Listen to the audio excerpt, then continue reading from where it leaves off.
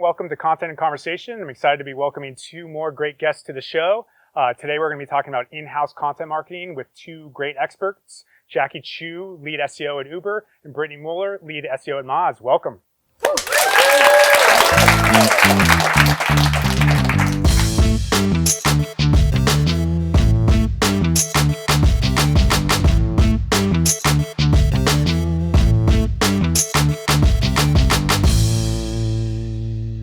Obviously, there's a lot of people in-house doing content marketing, thinking about SEO, and it's not easy, especially at bigger companies. Things are hard. It's hard to get things done. It's hard to get content teams on board. That's why we're bringing in these two esteemed, experienced guests at doing that exact thing, getting things done in-house. Jackie Chu specifically, I think, brings a lot of experience from formerly at Square, and I know both of you have experience and skills working with content teams internally and helping them get on board with SEO and get things done and actually apply the practices that maybe a more novice SEO might not, or more novice writer. So starting with you, Jackie, how do you do that? How do you think about getting them on board? What techniques do you use to do that? Yeah, so historically speaking, I tended to work with a lot of freelancers, which was really difficult, right? Because I could build rapport with my team. I could build rapport with my copywriters. But how do I work with these people who are distributed, who I'm maybe never going to speak face to face to? So I have a kind of system that I've put into place. So I think the first one is educating the content team on why SEO matters. A lot of times I'll try to tell them we rank on the 5th page for this term. But the truth is nobody cares about your SEO metric. Your leadership doesn't care. Your content team also doesn't care. They're how does this help me? But you guys are actually really aligned. SEOs are really aligned and really well positioned to help content teams win, because the truth is most content teams are reeling. Even think about publishing companies like the Condé Nast.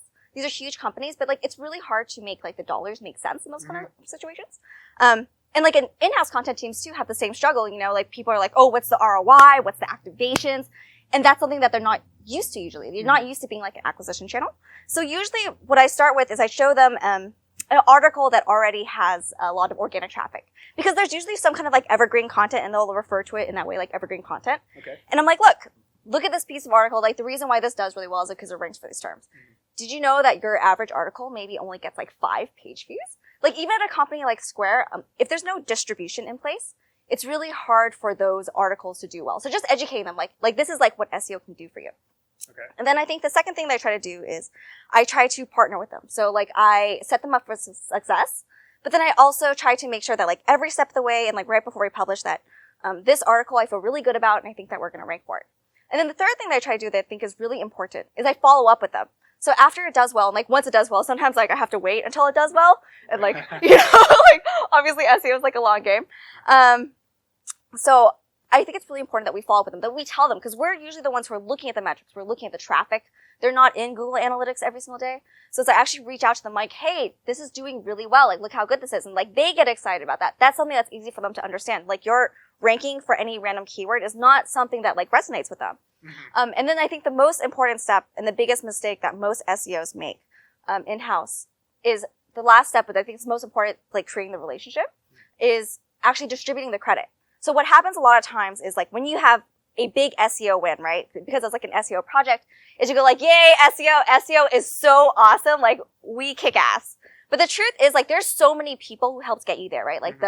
Your legal team reviewed it, your copywriting team, they did a lot of that grunt work. And then all of a sudden they're just oh, this is the SEO project. And then they feel they're kind of this tool, work. So I try to distribute that credit to them, because I think no matter what, at the end of the day, your leadership is going to look at your monthly organic sessions. They're going to look at the quarterly sessions if you're a bigger company, and you're going to get that credit. That credit's going to come back down to you. But if you want to create a partnership with those people, I think it's really important that you recognize them for that work, that you celebrate their contribution to that work, and you're going to see that they're going to want to continue to keep working with you because you give them credit, and they're not just the copywriter. They're a significant driver of your acquisition channel. So yeah, it makes sense that just generally, and I think about it from an agency point of view, is I think really our job a lot of time is to make our client contact look good. Yeah. They say, oh, our job is get rankings or organic traffic. But no, I think our job is to make our client contact look good in some way. Yeah. And as we do that, we make change, we get them on board. Obviously, they'll rally more for us because in a lot of ways, they don't think, oh, you're some great partner. It's they really probably helps their career a lot of ways if they have that agency that they rely on that just consistently makes them look good. So Brittany, you have any thoughts on any of that? I'm just kind of curious, like sort of hearing your story and hearing a little bit about this. I'm curious as to what percentage of content marketers in general track some of this stuff back to ROI. Like what content is actually converting for you and where? Where does that happen? What do those funnels look like? How are you focusing on that? Mm-hmm. I think it can be really, really strategic if done well, and figuring out those types of acquisitions and then repurposing some of that top converting content. And I think that's interesting to clients, right? Mm-hmm. Where's the money at? I don't care about, like you said, rankings, these SEO metrics we talk about all the time. What does that mean? How is that, improving my bottom line as a business owner? Yeah, that makes sense.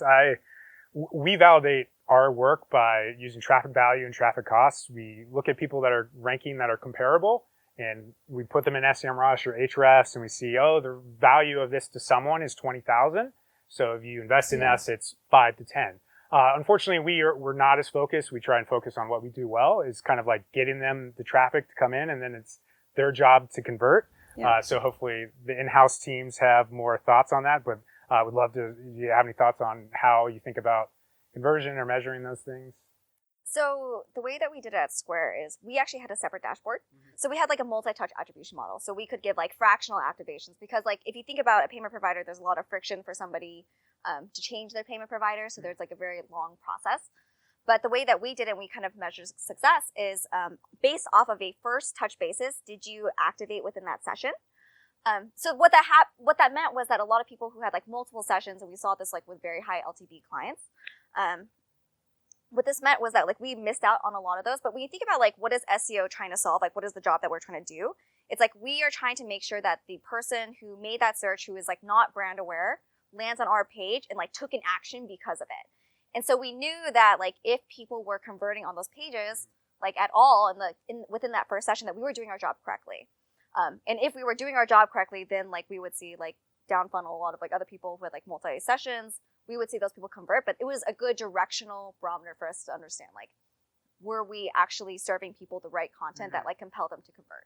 So that was pretty much how we did it. So we had a first touch basis conversion rate like dashboard. Okay. At the URL level. Yeah, I think it's interesting, Brittany. I feel like the converse Moz, or at least as I historically think about it, is just like people will eventually browse around and find our tool. Is that the case with Moz today in terms of how you're thinking about actions on content? And that's such a good question.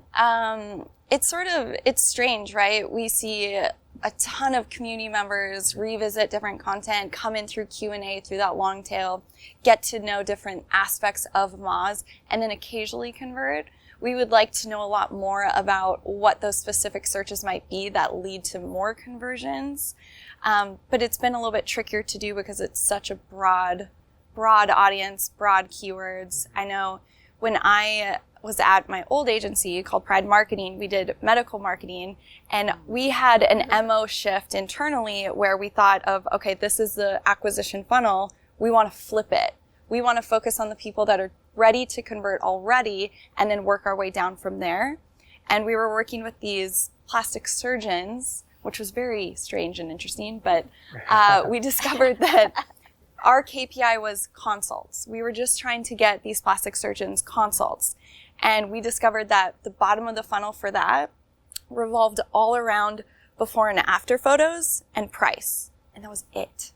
And we optimized for those two things, and these plastic surgeons booked out consultations 3 months in advance.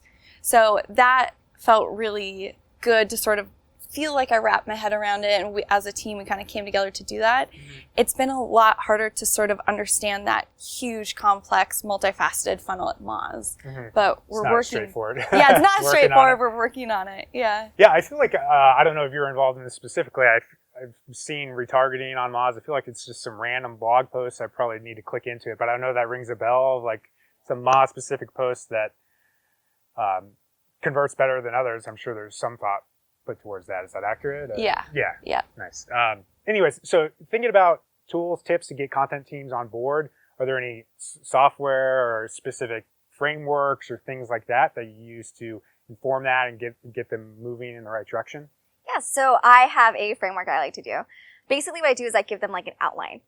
So I like choose the title tag and I basically choose all of the headers on the page.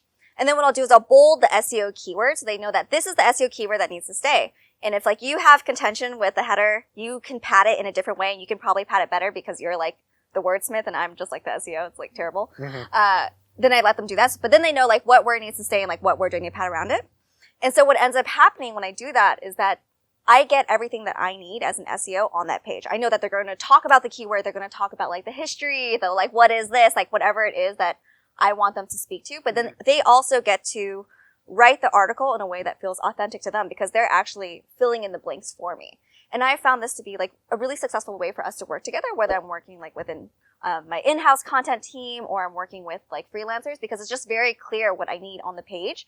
But then they do feel empowered to be able to like speak to their own voice and like Not tell the story the way they want. structured. Yeah. But then like I said, I just bold the keywords. So like if they like if they're just like Jackie, this header is like a little aggressive. I'm like, yeah, fix it. Do whatever you want with it. Are you thinking about topics a lot? Like it's a certain keyword. I know sometimes it's not as straightforward that keyword equals meaning. How do you kind of like nudge them that way, or with articles and things like that? I tend to be very prescriptive, so it's usually very clear to them like what I'm trying to rank for. If not, a big part of it is really just communication, like giving them a brief of like this is what I'm trying to do. Like maybe these are competitors who have like a similar article. Like this is kind of like my like thought process and how I think we can make it better and like feel like our own. But then also like right before they publish, I think it's really important that like I follow up with them before it goes live, and so I can see and be like, hey, this wasn't exactly what I was thinking. Nice. And so that helps make sure that it, like once it's out, it's like I feel good about it, they feel good about it. Most of our work is done in-house, but occasionally we'll work with technical clients who we just can't be experts on like the most technical of cybersecurity things or things like that. So we will do outlines. So it kind of sounds very similar in terms of giving H2s, titles, and then kind of like filling in the content marketing best practices. Are there specific tools, like are you using Google Docs? Like how actionably, what do you find is most useful for like getting that done and being low friction? All these tech companies use Google Docs. That's like the dirty secret. Everyone, even Google's competitors use Google Docs. Nice. How about you, Brittany? What tools or tips or frameworks are you using with content teams? Definitely shareable Google Docs. Moz, so SEO doesn't really power our blog or our content. So it's more a matter of digging back into the archives, right? And sort of discovering, okay, well, what's in contention for a featured snippet around this, which I've been doing a lot of lately. And surprisingly, Ahrefs provides a really nice export of, okay, if I rank on page 1 and there's a featured snippet that I'm not currently in, give that to me. And then I go back through and I try to clean out and optimize things so that hopefully Google can pull that into the featured snippet. So it's sort of backwards, but a lot of fun, and yeah, it's good. Yeah, feature snippets, we always are like optimizing for it with the content we create for clients and thinking about those best practices. But obviously, it's more of an in-house thing. Is there anything else around that specifically that's interesting? How you measure that, work to improve that, and things like that? Yeah, so for measuring, I feel bad repeating this. I feel like Search Love was like a GetStat promo. Great tool. It's amazing though. It's like so amazing. It's so fast. It's like a very no-frills platform, but it definitely works, and I like it. It's very reliable. So something that we did at Square, we realized, and like just because somebody's doing a branded query, like whatever Square payment processing fees, whatever, you're not necessarily guaranteed to get that featured snippet. And so like we did a practice, we're like, okay, let's see how we can try to increase the amount of featured snippets that we could get for our own branded term. So we did like a very manual audit. We're like, okay, these are all the people who are ranking for a Square branded featured snippet.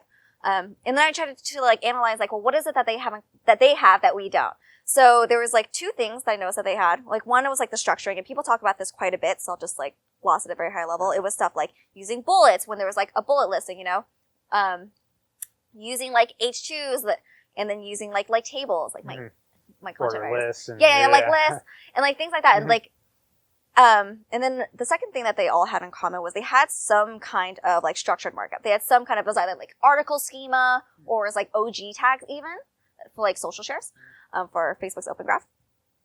And so what we did was we actually like built that into our CMS. We're like, okay, so now all the articles will get Markup by article default. schema. Yeah, article schema, and it's just basically based off like social shares. And then on top of that, we started like trying to like format like lists, incorporated more like tables for like the paragraph answers. We tried to have like a TLDR, snippet at the top that will answer that problem, and we would like physically separate it from the rest of the paragraph with like a paragraph. Okay. And that actually increased our owned answer boxes by like something like 40%. Nice. Yeah. So Are you on WordPress or custom CMS? Custom CMS, because a lot of times when you are working with like PII, you can't use WordPress because PHP. Yeah. Oh, okay, nice. There's like a lot of like security issues. Nice. You made me think of a tool. Someone should build markup for featured snippets for WordPress or something like that as a plugin. There are some plugins. Okay. Yeah, I've never used them. Mm-hmm. I've never used them, but I think there's some for like recipes and some for like star ratings. I'm not quite sure how they work. Yeah, I mean, definitely star ratings, but maybe featured snippets specifically if someone wants to build that. Oh, yeah. Oh, you're saying like, I get it. Yeah, for tables, quick answers, specifically around the best practices could be interesting. I'm sure there's something kind of around there, but if there's a little bit of SEO lean, I bet SEOs would lap Another it up thing a that we little bit. did that was kind of fun was one thing that we noticed is like definitions. Like a lot of people look for like what is, but they also look for like definition of word. So we actually created like a single cell table so that visually it would look like separated to the user and it would make kind of sense, but it would just be like definition, and then so it was like a fake like definition box, but that was a single cell HTML table. And we noticed that it would be Google was able to understand that this was a definition query, and like they were more likely to populate that definition related Interesting. queries. Yeah.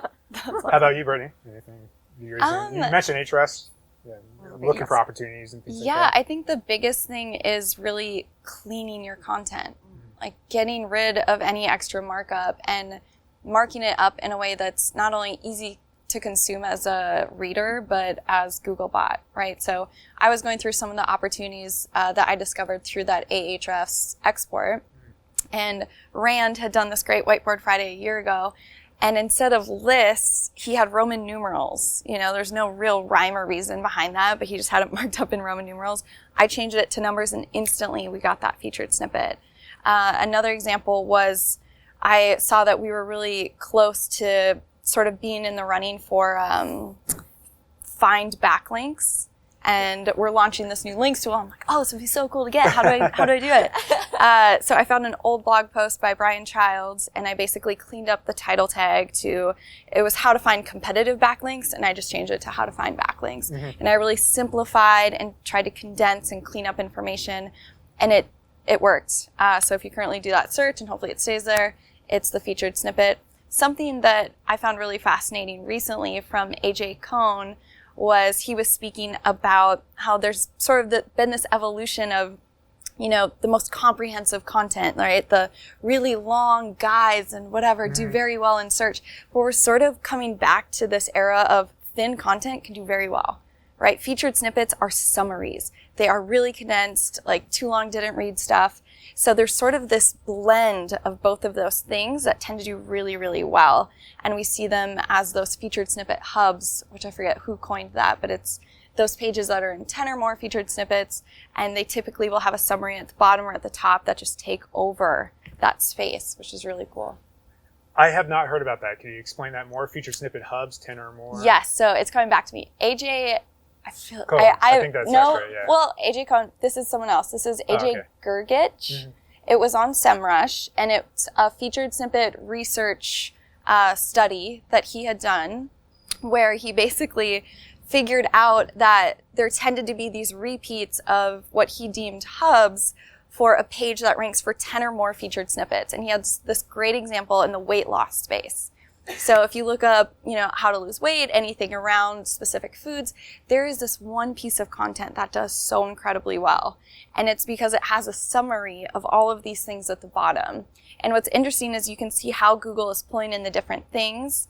And something else you can start to pay attention to that Rob Bucci talked about at SearchLove was if you're really wanting to rank for a specific featured snippet, you can append at the end of the Google search URL and num, so the ampersand num equals 0, equals 1, equals 2, and it will show you the versions that they are providing and sort of playing around with, which gives you an idea of what it is that they're looking for. So hopefully that Interesting. helps. Yeah, I do find it's a weird balance of like, it seems like really long content does well, and then obviously Google wants quick answers at the top. So it's like this weird, if you're a big brand, if you're Square, Uber, or Moz, it's like, maybe you have the domain authority to pop for what is a card payment processor or what is page authority. Obviously, they know that. But other people, that's kind of more difficult, I guess. But totally. FAQ pages are still gold. Yeah. You know? You're seeing those working? Yeah. Yeah. If it's interesting, we, I guess our clients probably chunky middle a lot of times is how I describe it, and it might be a little more difficult for them to just build an FAQ page and rank for everything. But is there any best practice around that, or you like put it in the footer? So does Moz have where's that located on Moz, or do they have an FAQ? We don't really have an FAQ because we have the forums, which brings in tons of our long tail content. I think last time I checked, it brings in around 40% of our organic traffic, which is wild. It's all long tail queries. But beyond that, we really don't have a FAQ page in place. But I know that they do very well. And I know a lot of small businesses are doing really well with their Google My Business listing with they seed those Q&As. So you know how you go to a business and you can ask them a question publicly? People are seeding those for common questions that they get asked all the time and then answering them.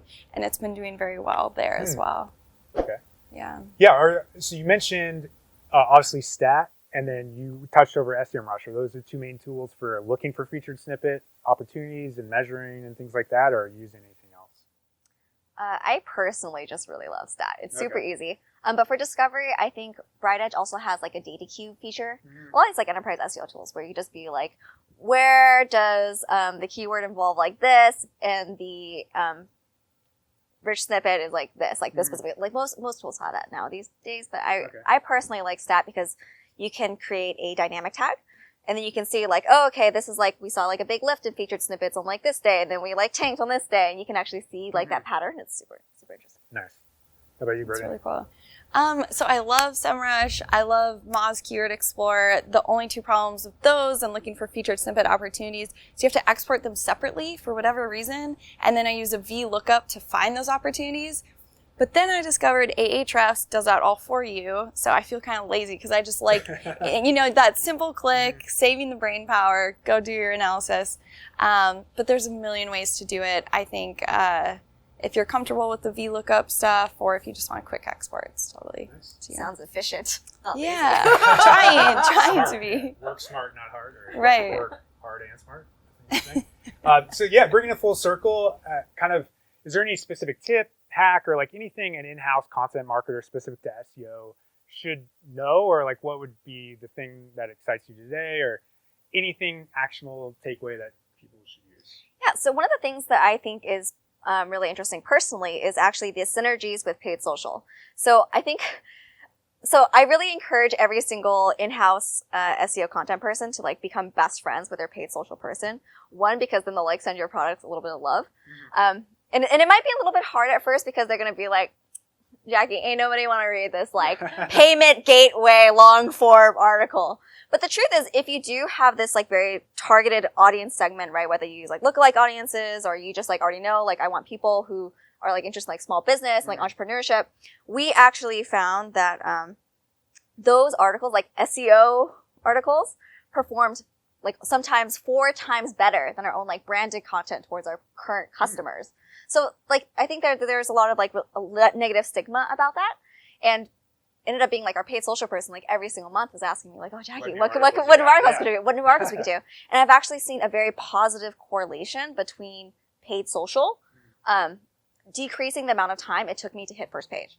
And it wasn't always 100%. It definitely wasn't 100%. I would say like at best it was like 50%. But then when it worked, we would see an immediate step function overnight. Because like if you think about it, normally it takes anywhere from at least 1 to 2 years to rank first page for like a competitive term at the very least. And then we would see it sometimes be as short as like 2 weeks a window. And the interesting thing is like after we turned off that paid social, we would see that visibility be sustained even after we turned it off. Yeah. So I think there's so many synergies between paid social. We had only done it with like a few hundred articles, so we really didn't have enough data. But it was very clear sometimes when we like turned it off. when we started and turned it on, and we would just see the rankings like sustain. And it was incredible because like social won because their engagement metrics were actually high, much to their surprise. Yeah. We win because we get traffic straight out the gate and like visibility straight out the gate and social share straight out the gate. And it was awesome. It was a great like teamwork, like synergy right there. Yeah, it's interesting. I mean, SEO a lot of times that's people's problems. Yeah. And brand teams can think their ideas are so great, but often it's not actually solving a consumer problem, and they're just pitching the product probably so aggressively that it does nothing. So that makes total sense that it worked. But yeah, Brittany, how about you? I would just say, do not reinvent the wheel. Yeah. Like there's so much great content out there. What is currently working and what's not? And to sort of use this as an example, I think the video series that you've been working on has been so successful, and it's such high production quality, and even the thumbnails impressed me because I noticed it's what works on YouTube, right? It's that red and the black and these bold letters, and it's beautiful. And the fact that, you're sort of doing the research on that, and I hope other people are, I think it should give way to just see what's currently out there, see what's working and what currently works for you, right? What's already converting for you? How can you improve that old content and repurpose it? Why can't you turn that into an audio, right? Why can't you turn that into a video and just sort of have fun with it and test it in your space? So speaking to like what you're saying, Brittany, I think it's also really important, if you do work with content people, a lot of times people go like, oh, there's a positive correlation between how many articles we post and like how much traffic we see. And so then people go into like, okay, I'm going to post more articles and get more traffic. And like very rarely that's the case. One of the biggest gains I've seen in like the publishing companies I've worked with is actually we started culling all the articles that never saw any traffic, which is like the vast majority of articles you will ever publish. And we saw immediate increases in like visibility for all the rest of the content that existed. Nice. So I think that's also really important, making sure that like it's quality, not just quantity. And like sometimes the best thing you can do is either revisit an old article, like you said, like maybe like oh, we just needed to tweak this, make this better, or just like kill it. Right. Yeah. Plug for Brittany. Brittany did a presentation on Mozs similar to that, culling some Q&As and bad profiles, right? Yeah. But yeah, just shows. It makes a lot of sense. A lot of people think their work is so great, and sometimes it doesn't need a reason to live because it's sucking life from everything else. It's taking a crawl budget too, from a technical standpoint. Yeah. I really appreciate you both coming. It's great, and thanks for watching Content and Conversation. If you like this, please give us a thumbs up. Check us out on podcasts where we're repurposing this on iTunes, which is the same thing. Give us a thumbs up. Let us know what you thought in the comments. Thanks for watching, guys.